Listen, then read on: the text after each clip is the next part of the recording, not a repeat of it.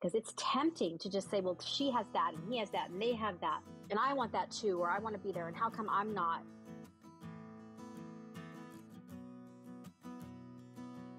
Welcome to Queries, Qualms, and Quirks, the weekly podcast that asks published authors to share their successful query letter and discuss their journey from first spark to day of publication. I am your host, author Sarah Nicolas, and literary agent Sarah N. Fisk. Laura Taylor Namey is the New York Times and international bestselling author of Reese's book club pick, A Cuban Girl's Guide to Tea and Tomorrow, The Library of Lost Things, When We Were Them, and 2 forthcoming titles. A proud Cuban-American, she can be found hunting for vintage treasures and wishing she was in London or Paris. She lives in San Diego with her husband and 2 children. So please welcome Laura to the show. Hello. Hi there. Thanks for having me. Yeah, thanks for coming on. So we're going to talk about your journey to publication, and we're going to start by going kind of all the way back to the beginning. When did you first start getting interested in writing? And then how long did it take from there before you started getting serious about pursuing publication? I've always had a writer inside of me, but not necessarily an author. So growing up, I have a background in teaching, and I would use books all the time in teaching my classroom students. And I always was a huge reader. I did really well on papers and anything like that in school. I loved literature, I loved all of that, but I didn't think I could write a full-length novel. So I stuck to short form things just for me. And I really didn't have anything published or didn't pursue that. And I think it was just not the right time for me. Fast forward many years later, I'm not teaching anymore. I'm raising 2 kids and my daughter's in the 5th grade. And I'm seeing all of these kids in her classroom reading. It's kind of the era of Twilight and Divergent and Hunger Games. And they're just eating up literature. And this young adult literature seems to be having this huge renaissance. And I started at that, feeling at that time that I have more time. My children are grown up in junior high and that sort of thing, not needing as much input from me on homework and things after school and all of that. I'm kind of in this limbo phase where it's time for me to pursue something for myself. And I got that itch, like, why can't I do this? And so I decided to learn how to write a young adult novel by writing one. And that is the only training I had at that time, was just my own love of literature, my own reading background. And I've always been pretty good with words, again, teaching English and teaching writing. So I just did it. And yeah, and that's where the story starts. And it went pretty fast considering what other journeys that I've seen and through my friends and all of that. I'd say once I started to the time of my debut was less than 4 years, all in all. And yeah, so I have one drawer novel. That novel that I wrote just for the love of writing taught me where I needed to then go learn more about craft. And I did that. I got really close with that book. I completed it. I started going to conferences and got so close, got some R&Rs by agents, Revise and Resends. So once you got serious about it, how did you learn more about the publishing industry, like how it works, how to query, how to go about it, everything like that? I got online. I started going to conferences. I started taking some short-term writing classes, like little workshops that would target certain areas. When I started querying, after, again, just getting into some writers groups on Facebook and online, becoming a part of the writing community, even though I wasn't an author yet, just kind of saying, I'm here, and looking at the other journeys from people that I admired, just kind of going and doing that. I put all of that to work in my own book, and I ended up writing a new book that got very, again, that one after getting some training and realizing what I was doing wrong. But I think it was the best way, just doing it wrong and going all out for it and listening to feedback on where I can improve in my work. I put all those things together into my debut. And I got into pitch wars as an alternate, which it no longer exists, unfortunately, but it was a great mentorship contest. And I got really close and got a mentor who helped me with that book. When it went through the whole pitch wars process, I then started querying. And I think I had an agent in less than 2 months signed, and the book sold in less than 3 months to HarperCollins Inkyard. So it did go pretty fast. So you wrote a first book. Did you query that first book? I queried that first book. And again, I got a lot of full requests. I got a lot of interest. I took that book, the first 10-page critiques to SCBWI, which is in LA. And I had a lot of positive feedback from agents that it was like, you're really good at this. This is what you're supposed to be doing. Your voice is excellent. Your sense of prose, your characters leap off the page. But the story has issues, this, and this. So I thought, I tried to rewrite that and it just wasn't working, and that's okay. And a lot of people have these drawer books, sometimes more than one. And I decided just to start fresh and come up with a new idea, which I did. And that ended up being my debut. All right. So then you went out querying with that one. How did that process go? That one, it was relatively fast. It did go through the pitch wars. And this is something I recommend to all debuts or emerging authors. Look at the MSWL, manuscript wish list tag on Twitter, and you can find those things through agencies and online through specific agents after you have done your due diligence and looking to see what agents are representing what you're writing and what they're looking for at the time. My agent now asked for almost the exact carbon copy of the book that I was writing. And she put out a tweet asking for what I had just written. I had other agent offers, though, at this point. So I had sent it to other agents and I'd gotten an offer. In the meantime, this happened so fast. So I had an offer from another agent while I'm sending the query to my now agent. Kind of, going back and forth, that was really difficult to weigh all those things. But when I saw that tweet, it was just kind of the right book at the right time for this particular agent. And then I really clicked with that agent, ended up signing with her, and I'm still with her today. And will never leave her, and she better not leave me. So it did go quickly because it did help that I had that manuscript wish list and was kind of answering a call. And it happened to be the right book for that particular agent who said, well, I've read a lot of books asking for the same thing. A lot of people answered that call, but yours was the one that was what I was looking for. It was fortuitous. It was the right book at the right time again. Awesome. Did y'all do edits or did you go out on sub right away? I did a few light edits. I think it took me about 3 weeks. We got it into shape, added, tweaked a few things. I really loved the input that my agent gave on the book, and her insight was excellent. We tuned that up. It went out, and again, I got read pretty quickly. And this again is in 2018. It's a little bit different right now. I think it's a little harder, but then it was still very difficult. But I would get read pretty quickly and was getting almost and rejections and just all that feedback right away. But it did end up selling less than 3 months to my editor at Inker HarperCollins. Nice. It is time for the first cue of the podcast. Can you read your query letter for us?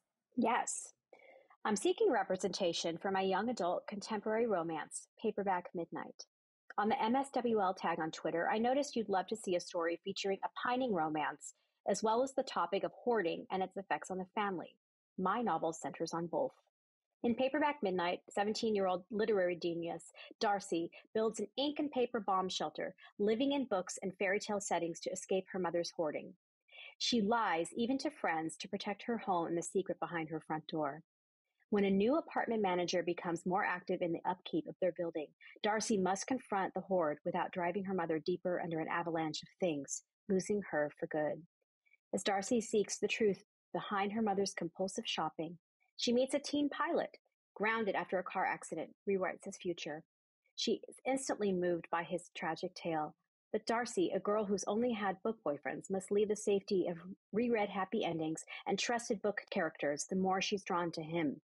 Unlocking her mother's illness and finally securing her own love story requires Darcy to stop lying and start living her own truth, even if it's messy. Paperback Midnight is a young adult contemporary romance, complete at 80,000 words. It would appeal to fans of Sarah Desmond's Say Anything. The story, structure, and lyrical tale are reminiscent of Huntley Fitzpatrick's writing and What I Thought Was True. Awesome. Thanks for sharing. How has your experience been since signing that first contract? Especially let us know if there are kind of any surprises along the way that aspiring writers might want to know about. It's been a whirlwind where I feel like sometimes it's chasing me, because after I got that first deal, I kept going as I was writing out all of the things that you expect during that revision and editing process with your editor, and you're getting your cover and all of these things, you realize how many little details there are that your agent will help you with. The cover was wrong. We went through all these revisions, and then my edits were late, very late, because there was a backlog at my house and my imprint. So I think comparison is what was really difficult, because I was then in a community group with my debuts, making friends on Twitter and on Instagram with other writers, and seeing that they're getting things a little bit more quickly than I was getting them. Things were getting done. And it's really hard when you just trying to find who you are in this space. And it was a new space for me. And then seeing my colleagues and peers maybe getting things quickly or in a different way than I was, it kind of was a pitfall. It was tough, but we made it through. Everything got done. And debut was lovely. I had a lot of support from, again, friends that I had made and my agency and my house. And we have been going ever since, and I have not stopped. So, yeah. It is time for the quick round. I call it author DNA. It's just kind of fun classifications we like to put writers in. Are you a pantser or a plotter? Plantser. Do you tend to be an overwriter or an underwriter? I'm such an overwriter. Do you write in the morning or at night? Morning. When starting a new project, do you typically start with character or plot or concept or something else? Character. Do you prefer coffee or tea? Coffee. Do you like to write in silence or with some kind of sound? Silence. When it comes to the first draft, are you more of a get it down kind of person or a get it right kind of person? Get it right. What tools or software do you use to draft? Microsoft Word and laptop and a puppy. That's it. Do you prefer drafting or revising more? Revising all day. Do you write in sequential order or do you hop around? Sequential. Final quick round question. Are you an extrovert or an introvert? I think I'm both at times, but mainly extrovert. So we're going to talk about the second Q now. What were some of the qualms or worries that you had on your journey to publication? And do you feel like they were realized, or you overcame them, or how did that shake out? One of the worries that I've always had, and I still have, is like longevity. And instead of being this quick flash author where maybe you do really well and then die off, I wanted to be an author that was consistent, that could make a career out of this. And that is hard at times when you don't know if what you're putting out now or next is going to catch and stay and propel and go along with you. That is something that we always worry about. I know I'm not alone in this, and it is something that can get in the way of your drafting new projects. And it's something that I have to actively compartmentalize and put aside to keep going. We do our best. Writing and publishing is a box of unknowns, and relying on your past success, your current joys, and your people are really the only thing that I have. And that's what I use to get past those.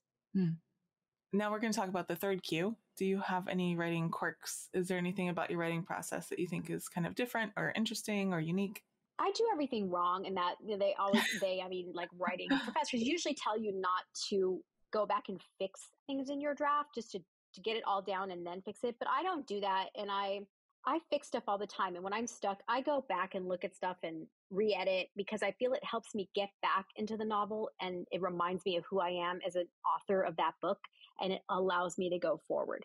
I also can't, if I make a substantial change in something that it is earlier in the book that is going to then change the rest of the draft, I can't leave it alone and wait until I'm done with the draft and then go fix, like if I'm on chapter 8 and something in chapter 3 I know is going to have to completely change because I've changed the trajectory of my story, I have to go back to chapter 3 and redo it. Otherwise my brain won't let go of it and won't let me go forward. And that is just a personal quirk. It's probably not unique to me, but it is definitely characteristic of me. All right, awesome. When you were in the lowest parts of your journey, whatever that may have been for you, what kept you going and why did you stick to it? Critique partners. I have 2 that are my ride or dies, my confidants. I talk to them all day, every day, even on Christmas. We're like family, and we do life together, not only books. And so that is where I put everything, and they put everything that they're going through. They're both published authors, and we just link arms. We go forth, and we cry and laugh and support and jeer, and we keep it all in there. It's just like having a family that knows what you're going to do, knows how you're going to respond. The trust level is so high with my critique partners. They see all the bad stuff. before any agent or editor sees it, and they see me at my lowest, and they're there when I'm in a triumph also. So it's all things, and without them, I would be lost. Nice. Do you feel like you made any mistakes along the way that you might want to warn listeners about so they can avoid making the same ones?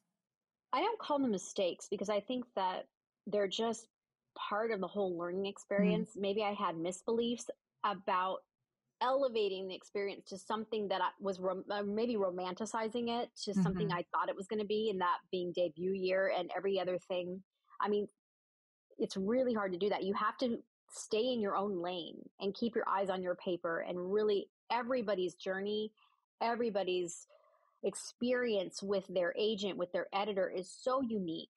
And it's really hard. And I think it's futile to compare yourself to someone else and to their journey too much. You can use it as a sounding board, but I would not use it as this huge gauge of who you are in publishing and what you're doing. It's really, keeping your eyes on your own work and just carving out a lane for yourself and being consistent and staying in that lane really is the only thing that has helped me to battle that. Because it's tempting to just say, well, she has that and he has that and they have that. Yeah. And I want that too, or I want to be there. And how come I'm not? And that's just all we see on social media and in bookstores and in all of the places that we go where books are and authors are. It's really hard not to do that. But if I would give advising emerging authors, try not to just find who you are on the page and in the world with your work and work on that. Yeah. Can you share with listeners one of the most important lessons that you learned on your journey to publication? That it's okay to do things backward in my way. It is okay to break the rules as long as you know them. And this is the important part, if it is serving you well and if it is carrying you forward, if what you are doing is causing you to stress out and have roadblocks, then maybe look at what other people are doing and listen to the advice of authors who have been doing it for a while or experts and professionals. But if you have a way and your way is completely different than the traditional way of writing, editing, revising, whatever, but that way is working for you and serving you well, then it is your way and it is okay to own it. Nice. I call this the acknowledgments portion of the podcast. This is not a business that most of us succeed in completely on our own. And you mentioned some of them, but who are some of the people who helped you along the way and how? Just my critique partners, Joan Smith and Allison Bitts, my amazing, amazing agent who's like another limb to me, Natasha Morris. Thank you, Natasha. You're incredible. My editors, Lawrence Smolsky, Sophia Jimenez, Alex Warbola, they have just been so kind and just in teaching me and guiding me. I love all of them. My whole writing community, I cannot even, if you're listening to this and you're my friend on Twitter, Instagram, I'm talking about you. Because I love you all. And I'm sitting here like, you're talking about me. I'm your friend on Twitter. I am talking about you, Sarah. Absolutely. Like, I have so much joy and delight in like all my writing friends and just seeing everyone succeed and doing their thing and getting these beautiful things. It just adds to my world so much. And it inspires me. And that inspiration helps me to keep going. It's hard when I'm not having the best day or the best season, maybe just saying it's not my time right now. It's time to lift somebody else up and get in their world and do everything for them. And that actually really helps. Awesome. Okay. You have a release coming out in September. Can you tell us about it? Yeah. A British Girl's Guide to Hurricanes and Heartbreak is coming out. And it's not really a sequel. This is the companion novel to Cuban Girl's Guide to Tea and Tomorrow. This one takes place 3 years later. And it features a lot of our favorite characters. You're going to see them 3 years later. And coincidentally, it comes out exactly 3 years after Cuban Girl debuted. So this one centers on Orion's sister, Flora Maxwell. And she is dealing with some of the things that are brought up in Cuban Girl. And her mother ends up passing. And this is something that is brought up in Cuban Girl that she is suffering with this whole time. And the book opens right after her mother has finally passed from this disease that we know about. And she's not having a great time, and she's not making some, what we would call good decisions. She's made some choices that she's hidden because she realizes they served her really well, but they've ended up really hurting others, her family and friends. And she's in this spiral of stagnancy and hiding things while having to make some difficult choices about her future. And there's a ticking clock hanging over her head that she's got to straighten up and fly right and go on, but she's in this holding pattern. And so what she does is the opposite of what a friend now, Lila Reyes, does, who was sent from Miami to England to help her get over some losses. Flora takes it upon herself and sends herself to Miami and stays with Lila's family in order to snap herself out of this funk, to get some clarity, to complete the task she's supposed to be doing, and to hopefully heal and find who she is in this new era and find out how to approach her family and friends again after what she's done. Nice. Laura, thank you so much for coming on the show today and sharing your story with everyone. Thank you so much. And good luck to all the emerging writers right there. I'm pulling for you. Thank you so much for listening to this episode of Queries, Qualms, and Quirks. You can find the text of Laura's query in the show notes, along with links to find out more about her and her books. If you enjoyed the show, I'd appreciate if you'd help me find new listeners by leaving a review on Apple Podcasts or Podchaser, telling your friends, or sharing this episode on social media. If you're interested in supporting the show, go to patreon.com/Sarah Nicolas. That's Sarah with an H and Nicholas with no H. And if you're a published author interested in being a guest on the show, please click on the home base link in the description or go to sarahnicolas.com and click on the podcast logo in the sidebar. Thank you so much for listening, and we'll see you next time.